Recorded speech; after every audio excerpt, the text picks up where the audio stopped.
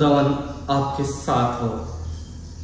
आज का अक़दस कलाम जो है वो हम पढ़ते हैं मुक़द्दस यूहन्ना की इंजील से, उसके 20वें बाब में, जहां पर वाज़े तौर पर लिखा हुआ है। हम सातवीं आयत देखेंगे।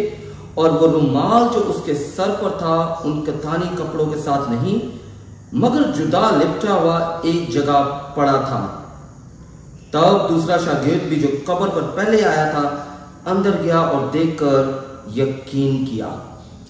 ये दो आयत मुबारका जो है अक़दस इक़्तिबास जो है वो हमें बताता है कि किस तरह जो प्यारा शागिर्द है वो सिर्फ कपड़ा देखकर, वो रुमाल देखकर यकीन करता है कि खुदा यीशु मसीह मुर्दों में से जी उठे हैं।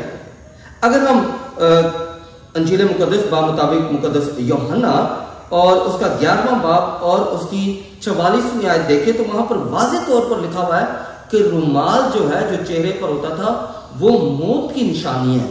और जब खुदावंद यीशु मसीह ने लाजर को जिंदा किया तो क्या कहा उन्होंने?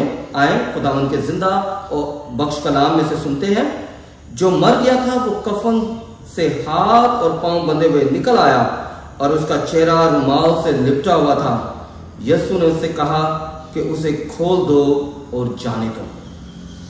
खाली कब्र के अंदर रुमाल जो है इस बात की निशानी है कि खुदावन जो है वो जिंदा हो गया है।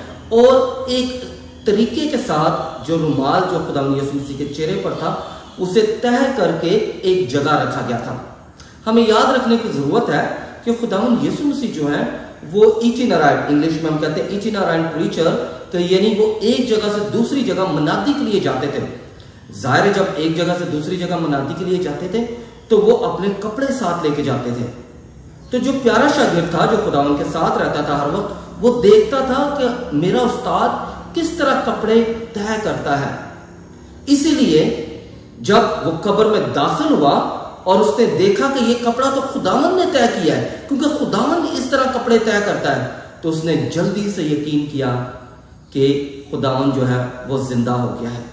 लिहाजा हमें इस बात पर यकीन रखना चाहिए कि हमारा जिंदा खुदावन यीशु मसीह हर वक्त हमारे साथ है और हर वक्त हमारी इल्तिजाएं, मनाजात जो भी हम उसके हुजूर अपने आप को लेकर आते हैं, जैसे भी हैं, खुदावन हमें कबूल करता है और हमें अपने साथ जिंदा करता है। मेरी जानिब से आपको और आपके तमाम खानदान को ईद पाश का बहुत मुबारक हो।